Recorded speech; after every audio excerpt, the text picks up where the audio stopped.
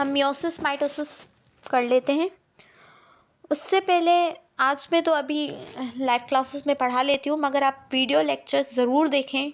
उसमें ज़्यादा एक्सप्लेन किया है मैंने और हर वीडियो पे काफ़ी ज़्यादा मेहनत है।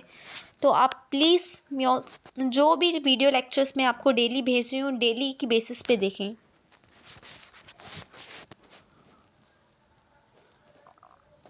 ओके, फर्स्ट होता है मियोसिस और माइटोसिस।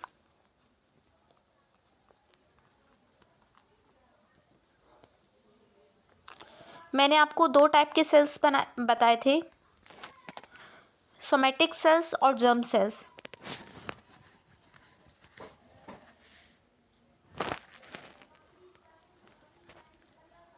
वॉइस शेयर नहीं हो रही, माइक तो ऑन है। वॉइस नहीं आ रही है आपको?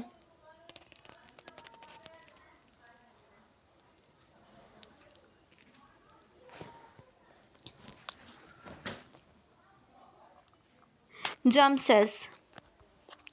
जो माइटोसिस होती है वो सोमैटिक सेल्स के अंदर होती है और जो मियोसिस होती है वो जर्म सेल्स के अंदर होती है। First point.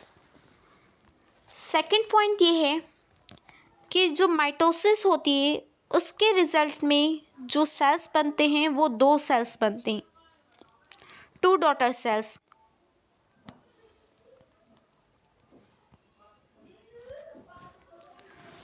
माइटोसिस में जो डिवीजन होती है उसके रिजल्ट में दो सेल्स बनते हैं और जो मियोसिस है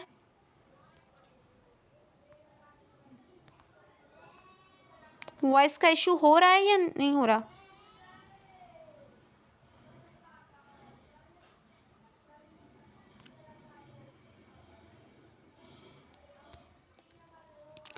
जो मियोसिस होती है, मियोसिस में चार सेल्स बनते हैं। सेकंड पॉइंट, ये मेन डिफरेंस था दोनों में। माइटोसिस में दो सेल्स बनते हैं और मियोसिस में चार।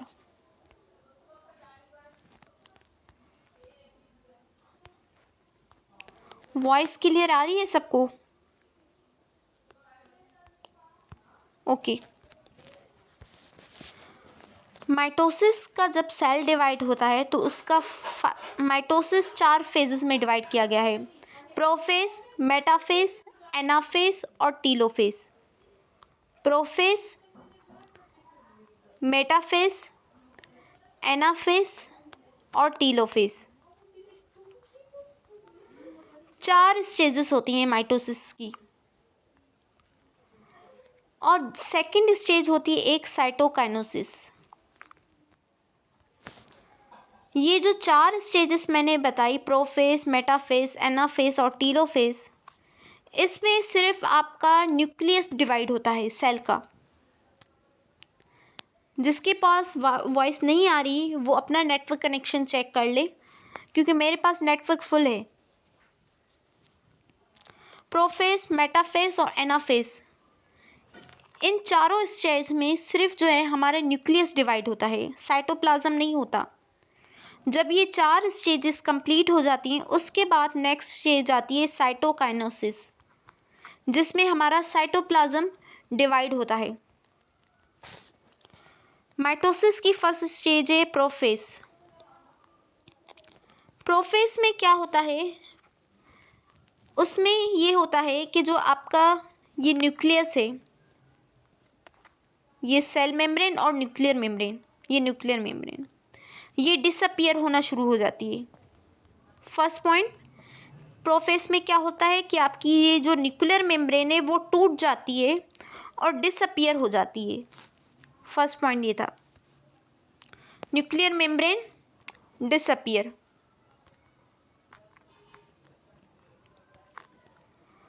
उसके बाद क्या होता है, ये जो न्यूक्लियस के अंदर क्रोमेटिन मटेरियल पड़ा था, मटेरियल इस तरह से कॉइल्ड शक्ल में, ये क्रोमोसोम बनना स्टार्ट कर देते हैं।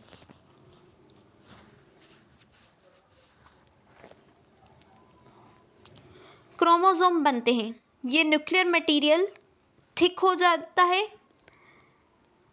और ये कॉइल्ड शक्ल से अब ये क्रोमोसोम बनना स्टार्ट होते हैं। सेकंड पॉइंट ये होता है, फर्स्ट कि न्यूक्लियर मेम्ब्रेन डिसअपीयर हो जाती है और क्रोमेटिन मटेरियल से क्रोमोसोम्स बनना स्टार्ट हो जाते हैं। थर्ड पॉइंट ये होता है कि आपने पढ़ा था कि न्यूक्लियस के अंदर एक और बॉडी पाई जाती है जिसको कहते हैं न्यूक्लियोलस, वो भी डिसअपीयर हो जाता है प्रोफेज में। Nuclear membrane and nucleolus both are disappear and chromosomes formed. 3 main event हुए। उसके अलावा चौथा इवेंट ये होता है 4 नंबर पे, जो बाहर साइटोप्लाज्म के अंदर सेंट्रियोल्स पड़े होते हैं। सेंट्रियोल्स ऑर्गेनेल हैं जो साइटोप्लाज्म के अंदर प्रेजेंट होते हैं। सेल ऑर्गेनल्स में मैंने आपको पढ़ाए थे सेंट्रियोल्स। ये इस पहले इधर उधर मतलब के स्प्रेड पड़े हुए थे साइटोप्लाज्म में। जब प्रोफेज होता है तो ये सेंट्रियोल आपस में अपोजिट पोल्स पे आ जाते हैं, मीन्स एक और दूसरे के अपोजिट साइड पे आ जाते हैं, अरेंज हो जाते हैं। पहले स्कैटर्ड थे, मीन्स कोई कहीं पड़ा था, कोई कहीं पड़ा था।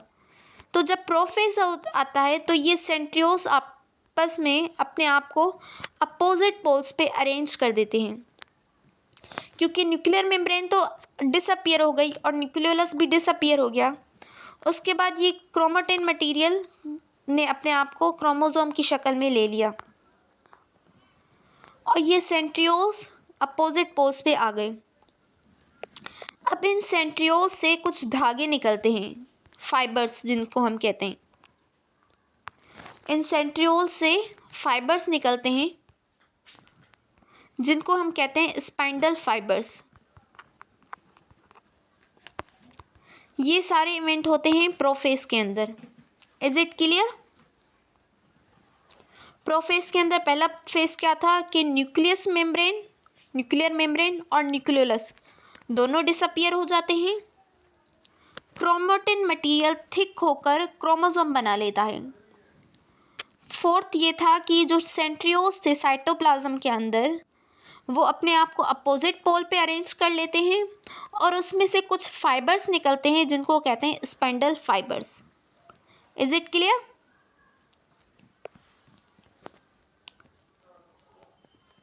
नेक्स्ट स्टेज है मेटाफेज।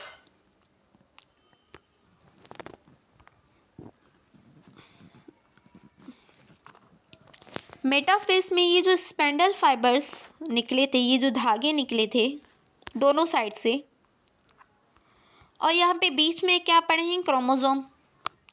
ये दोनों अब ये क्रोमोसोम बीच में सेंटर पे अरेंज हो जाते हैं, मीन्स बिल्कुल मिड पे अरेंज हो जाते हैं। और ये जो क्रोमोसोम्स हैं ये अपने आप को इस फाइबर्स के साथ अटैच कर लेते हैं अपोजिट साइड पे। इन क्रोमोसोम में अपने आप को फाइबर्स के साथ अटैच कर दिया और कहाँ पे अटैच किया? At the centre of the cell. इस फेज को कहते हैं मेटाफेज। मेटा कहते हैं हाफ प्लेट को, क्योंकि ये जो क्रोमोसोम्स हैं उन्होंने सेल के अपने इक्वेटर पे मीन्स हाफ पे अरेंज किया और इन अपने आप को इस फाइबर्स, जो ये फाइबर्स निकले थे, इनके साथ अपने आप को ज्वाइन कर लिया। तो इस स्टेज को कहते हैं मेटाफेज। Is it clear? जब क्रोमोसोम्स अपने आप को फाइबर्स के साथ अटैच करके eight the centre of plate अपने आप को अरेंज कर लें। ये सेंटर है सेल का, यहाँ पर अब ये क्रोमोसोम्स हैं। अब ये अरेंज किसके साथ होंगे? इन फाइबर्स के साथ। तो ये स्टेज कहलाती है मेटाफेज। Is it clear? उसके बाद नेक्स्ट स्टेज है एनाफेज। अब एनाफेज में क्या होता है? ये जो फाइबर्स निकले थे स्पाइंडल फाइबर्स, ये इसको अब ये सिकुड़ना शुरू होंगी, अपने आप ये वापस जाना शुरू होंगी। पहले ये बिल्कुल अकेले आए थे, अब इनके साथ ये क्रोमोसोम्स अटैच हैं। तो जब ये फाइबर्स वापस जाएंगे तो अपने साथ एक एक पेयर जो है वो क्रोमोसोम का भी साथ लेते हुए जाएंगे। मीन्स पहले ये अकेले आए थे, अब ये जब जाएंगे तो अपने साथ ये क्रोमोसोम लेते हुए जाएंगे। जिस स्टेज पे ये फाइबर्स अपने पोल्स की तरफ जा रहे हैं, इस स्टेज को कहते हैं एनाफेज। जब ये क्रोमोसोम्स अलग होते हैं, अपने अपने अपोजिट पोल पे जाते हैं, ये स्पाइंडल फाइबर्स अपने पोल्स पे जाते हैं, तो इस फेज को कहते हैं एनाफेज, जो कि थर्ड स्टेज है कैरियोकाइनेसिस का, मीन्स सेल डिवीजन का। उसके बाद लास्ट स्टेज होती है टीलोफेज। टीलोफेज प्रोफेज के अपोजिट है। अब हमने प्रोफेज में क्या क्या स्टेजेस पढ़ी थी, रिपीट करें कि न्यूक्लियर मेम्ब्रेन और न्यूक्लियोलस डिसअपियर हो गए थे। अब इस स्टेज में टीलोफेज में क्या होगा कि न्यूक्लियर मेम्ब्रेन और न्यूक्लियोलस रीअपियर होंगे, वापस आ जाएंगे। उसके अलावा क्या इवेंट हुआ था कि जो फर्स्ट तो ये होगा कि ये जो अब जा रहे थे ये क्रोमोसोम्स, ये यहाँ तक पहुँच जाएंगे, लास्ट स्टेज पे एंड में पहुँच जाएंगे। हाफ ऊपर की तरफ चले गए और हाफ नीचे की तरफ। उसके बाद क्या होगा कि ये सेंटर में अब ये सेल यहाँ से यहाँ पे सेल मेम्ब्रेन आ जाएगी दोनों साइड।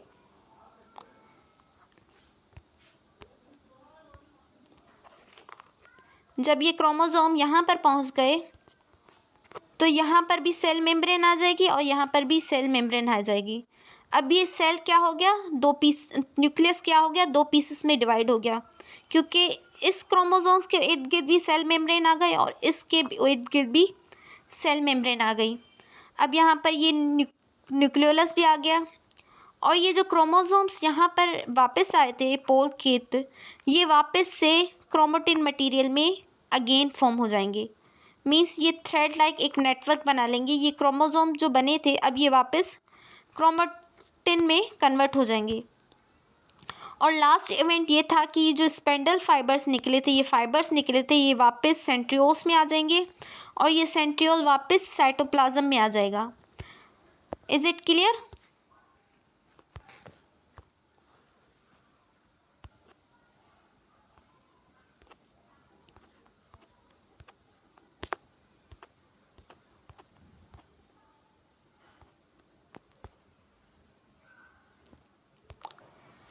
इसकी डायग्राम्स में दिखा देती हूँ।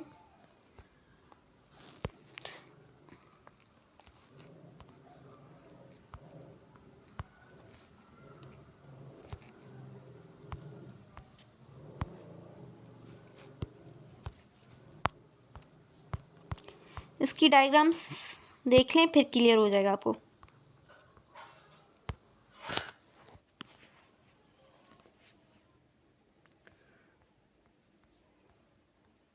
ये क्रोमोसोम का स्ट्रक्चर है, टाइप्स ऑफ क्रोमोसोम, कि ये इसके आर्म्स कहलाते हैं, दो आर्म्स, और सेंटर पॉइंट होता है जहाँ पे ये दोनों आर्म्स अटैच होते हैं, जिसको कहते हैं सेंट्रोमेयर।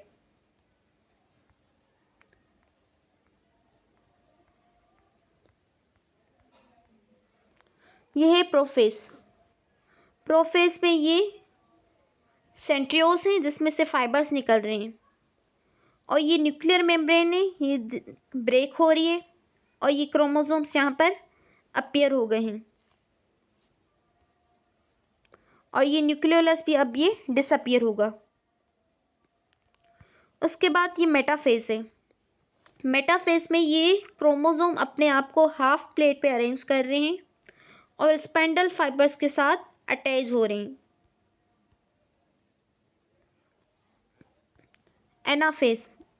एनाफेज में क्या हो रहा है कि ये अपोजिट पोल की तरफ जा रहे हैं और स्पेंडल फाइबर्स स्क्वीज हो रहे हैं, मीन्स अपनी वापस उसी पोल्स पे जा रहे हैं जहाँ से आए थे, और अपने साथ क्रोमेटिड्स भी लिखते हुए जा रहे हैं। लास्ट स्टेज थी टीलोफेज, जिसमें दो न्यूक्लियस बने और इनके इर्द गिर्द न्यूक्लियर मेम्ब्रेन भी आ गई, न्यूक्लियोलस भी आ गया, और ये सेंट्रियोल्स वापस साइटोप्लाज्म में चले गए। और लास्ट स्टेज था साइटोकाइनेसिस, जिसमें अब ये एक सेल 2 सेल्स में डिवाइड हो गया। ये थी हमारे पास माइटोसिस। अब मियोसिस में क्या होता है? माइटोसिस में तो एक सेल से 2 सेल्स बने। अब मियोसिस के 2 स्टेप्स हैं, मियोसिस 1 और मियोसिस 2। मियोसिस 1 डिफरेंट होता है और मियोसिस जो 2 होता है वो same as it is mitosis है। तो हम माइटोसिस में पढ़ने के बाद मियोसिस 2 नहीं पढ़ते क्योंकि वो सेम है। अब मियोसिस में क्या डिफरेंस है कि मियोसिस का प्रोफेज 1 जो है वो डिफरेंट है, बाकी स्टेजेस सेम है। मेटाफेज, एनाफेज, टीलोफेज ये सारी सेम है, सिर्फ प्रोफेज चेंज है। स्टार्ट में मैंने बताया था कि मियोसिस जो है वो जर्म सेल्स के अंदर होती है। Germ cells means gametes, male का स्पर्म और फीमेल का एग, इनके अंदर मियोसिस होती है। एग और स्पर्म ये हमारे जर्म सेल्स कहलाते हैं, इनके अंदर हमारी होती है मियोसिस। अब मियोसिस के अंदर क्या होता है कि जो हमारा सेल के अंदर 46 नंबर ऑफ क्रोमोसोम्स हैं, ये ब्रेक हो जाते हैं, ये हाफ हाफ हो जाते हैं 23 में। ये हाफ हो जाते हैं मियोसिस में। जब मियोसिस होती है हमारे क्रोमोसोम नंबर हाफ हो जाते हैं। फर्स्ट पॉइंट ये डिफरेंस है मियोसिस और माइटोसिस में। फिर जब ये हाफ हो जाते हैं 23 मदर साइड से आते हैं और 23 फादर साइड से आते हैं। जब ये आपस में फ्यूज़ होते हैं, ये मदर साइड से आया और ये फादर साइड से, ये आपस में जब फ्यूज़ हो जाते हैं तो ये वापस से 46 चिल्ड्रन के अंदर आ जाते हैं। मीन्स मियोसिस के रिजल्ट के में क्रोमोसोम नंबर हाफ हो जाते हैं। फिर ये जो जर्म सेल्स के अंदर फ्यूजन होती है, मीन्स ये जब गैमेट्स आपस में मिलते हैं तो ये नंबर ऑफ क्रोमोसोम वापस रीस्टोर्ड हो जाता है, मीन्स वापस आ जाते हैं, सेम नंबर हो जाता है चिल्ड्रंस के अंदर। इस वजह से हम ह्यूमन बीइंग के अंदर क्रोमोसोम नंबर फिक्स्ड है। जितने क्रोमोसोम नंबर मेल के अंदर हैं, जितने ह्यूमन के अंदर हैं, वो सब सेम है। क्योंकि मियोसिस के अंदर क्रोमोसोम नंबर की रिडक्शन होती है, मीन्स हाफ हो जाते हैं, और जब ये गैमेट्स आपस में मिलते हैं तो ये क्रोमोसोम नंबर वापस रीस्टोर्ड हो जाता है। फादर साइड से 23 आएंगे और मदर साइड से 23। फॉर सपोज मियोसिस ना हो तो मदर के पास भी 46 होंगे और फादर के पास भी 46। फिर जब फॉर सपोज अगर ये मियोसिस ना हो, 46 मेल के अंदर हो, मदर के पास हैं क्रोमोसोम और 46 फादर के पास हैं। अगर मियोसिस ना हो और ये गैमेट्स आपस में जब मिलेंगे तो कितने बनेंगे क्रोमोसोम? 46 और 46 काउंट करें, 52 और सॉरी 92। तो हम ह्यूमन के अंदर कितने आएंगे? 92। फिर आगे जब ऑफस्प्रिंग नस्ल बढ़ेगी तो उनके अंदर क्रोमोसोम नंबर डबल होते जाएंगे। तो ऐसे तो हम ह्यूमन के अंदर पता नहीं कितने क्रोमोसोम होने चाहिए। तो मियोसिस का ये बेनिफिट है कि हम स्पीशीज़ के अंदर क्रोमोसोम के जो नंबर हैं वो फिक्स्ड होते हैं। क्यों? क्योंकि जब मियोसिस होती है तो तब क्रोमोसोम नंबर हाफ हो जाते हैं। फिर ये जब गैमेट्स आपस में मिलते हैं तो क्रोमोसोम वापस से उतने ही हो जाते हैं जितने एक ह्यूमन स्पीशी के अंदर होने चाहिए। सेकंड पॉइंट ये है कि मियोसिस जब होती है तो उसके रिजल्ट में 4 सेल्स बनते हैं और माइटोसिस में 2। मियोसिस 1 में 2 सेल बनेंगे और मियोसिस 2 में 2 सेल, तो टोटल कंप्लीट मियोसिस में 4 सेल्स बनते हैं। मियोसिस भी 2 पार्ट्स में डिवाइड है, 1 और 2। जो मियोसिस 1 है वो भी 4 पार्ट्स में डिवाइड है, प्रोफेज, मेटाफेज, एनाफेज और टीलोफेज। सेम है, बस हम साथ में लिखते हैं प्रोफेज 1, मेटाफेज 1, एनाफेज 1 और टीलोफेज 1 मियोसिस 1 के लिए। और जब हम मियोसिस 2 कहते हैं तो कहते हैं प्रोफेज 2, एनाफेज 2, टीलोफेज 2 और मेटाफेज 2। मीन्स 2 और 1 लगाते हैं ताकि हम आइडेंटिफाई कर सकें कि ये मियोसिस 1 है या 2 है। थर्ड थिंग ये है कि जो मेटाफेज, एनाफेज और टीलोफेज है ये सारे सिमिलर हैं। डिफरेंस क्या है प्रोफेज का? प्रोफेज का क्या डिफरेंस है कि प्रोफेज के अंदर 5 स्टेजेस आ जाती हैं। Leptotene, zygotene, pachytene. Slide show करवा देती हूँ आपको, 1 मिनट।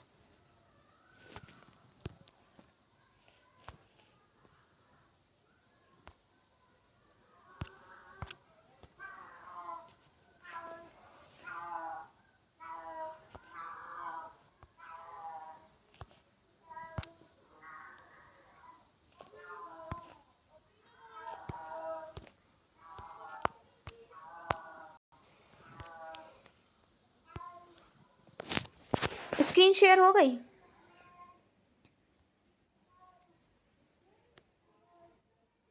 जो मियोसिस 1 है उसकी 5 स्टेजेस हैं। लेप्टोटीन, जाइगोटीन, पैचिटीन, डिप्लोटीन और डाइकाइनेसिस। प्रोफेज 1 की लेप्टोटीन में क्या होता है, ये जो आपके क्रोमोसोम हैं ये बनना स्टार्ट होते हैं, इनिशिएट होते हैं। क्योंकि पहले क्या था, क्रोमेटिन मटेरियल था। अब यहाँ पे क्रोमेटिन मटेरियल थोड़ा सा थिक होने लगेगा, मोटा होने लगेगा और क्रोमोसोम की शक्ल में आने लगेगा। ओके, इस डायग्राम में देख लें कि आपके क्रोमोसोम बनना स्टार्ट हो जाते हैं लेप्टोटीन में। सेकंड स्टेज है जाइगोटीन। जाइगोटीन में क्या होगा कि ये क्रोमोसोम्स जो हैं वो पेयर्स की शक्ल में होंगे। ये देखें आप, ये पर्पल और ये पिंक, ये पेयर की शक्ल में होंगे, जिनको कहते हैं हम homologous pairs. Chromosomes appear in the form of pairs called homologous pairs. 2 chromosome mother की साइड से आएंगे और हाफ फादर की साइड से आएंगे और अपने आप को लेंथ वाइज अरेंज कर लेंगे। ये लेंथ वाइज अपने आप को अरेंज कर लेंगे। फॉर सपोज ये पर्पल जो है मदर साइड से आया और ये पिंक फादर साइड से आया, तो ये स्टेज कहलाती है जाइगोटीन, जहाँ पर क्रोमोसोम अपने आप को लेंथ वाइज अरेंज कर लें और पेयरिंग बना लें, एक मदर साइड से और एक फादर साइड से। तो इसको कहते हैं बाइवेलेंट, क्योंकि इन्होंने 2-2 का पेयर बनाया। बाइवेलेंट, इस स्टेज को कहते हैं बाइवेलेंट। बाइवेलेंट कौन सी स्टेज है, जब क्रोमोसोम 2 की शक्ल में पेयर बना लें, इस स्टेज को कहेंगे बाइवेलेंट। और ये कौन सी स्टेज में होगा, जाइगोटीन स्टेज में।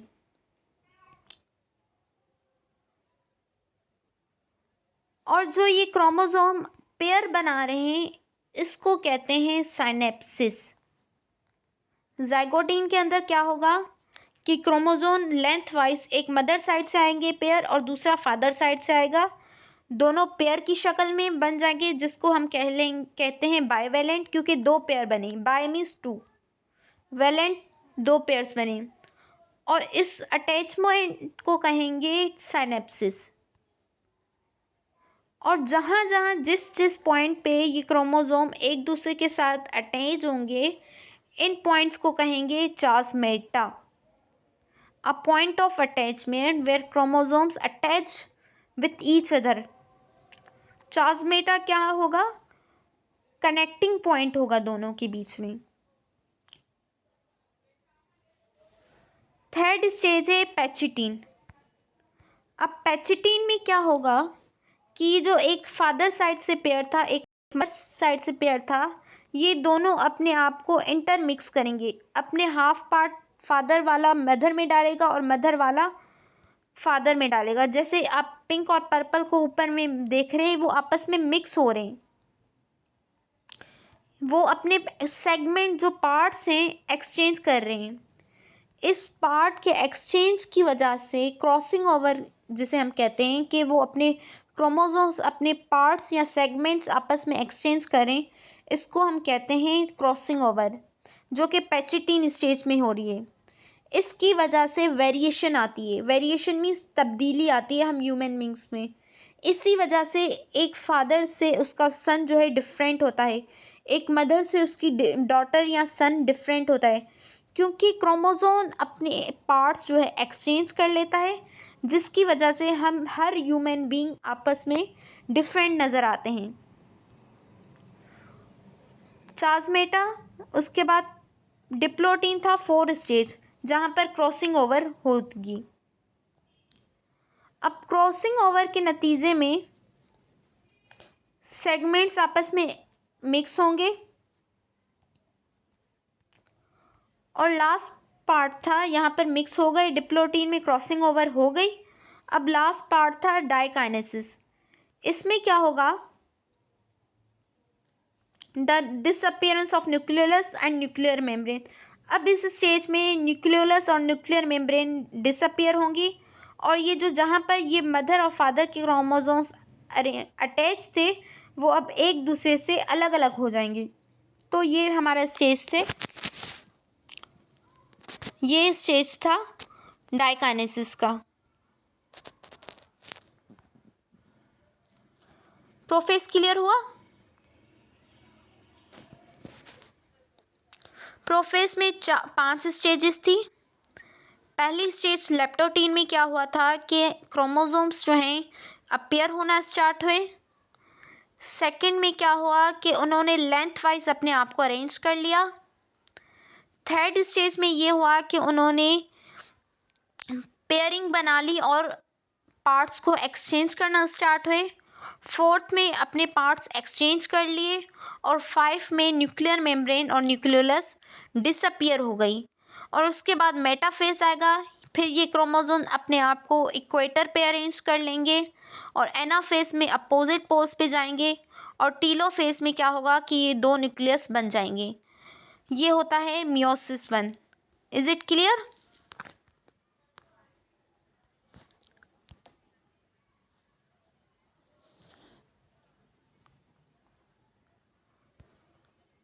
क्लियर हुआ आप सबका?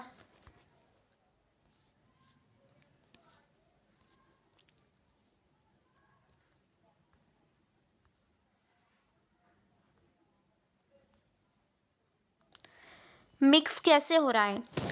माइटोसिस का तो आपको मैंने बताया कि माइटोसिस में ये स्टेजेस नहीं थी कि एक मदर साइड से पेयर आ रहा है, एक फादर साइड से पेयर आ रहा है, उनमें मिक्सिंग हो रही है। ये माइटोसिस में ऐसा कुछ भी नहीं था। माइटोसिस में सिंपल ये था कि आपकी न्यूक्लियर मेम्ब्रेन और न्यूक्लियोलस डिसअपियर हो रहे थे और क्रोमोसोम्स जो हैं अपीयर हो रहे थे, सिंपल ये था। मगर मियोसिस के प्रोसेस में क्या होता है कि एक पेयर आता है मदर साइड से, एक पेयर आता है फादर साइड से। ये एक एक पेयर आता है, फिर वो अपने आप में अपने पार्ट्स को एक्सचेंज कर लेते हैं। एक्सचेंज करने की वजह से वेरिएशन आती है। वेरिएशन मीन्स क्रोमोसोम के एक्सचेंज करने की वजह से वेरिएशन आती है। ये स्टेजेस होती हैं मियोसिस के प्रोसेस के अंदर। बाकी स्टेजेस तो सेम थी, मैंने आपको बताया था, मेटाफेज, एनाफेज और टीलोफेज। सिर्फ मियोसिस 1 में जो प्रोफेज है वो डिफरेंट होता है। Is it clear now? Okay.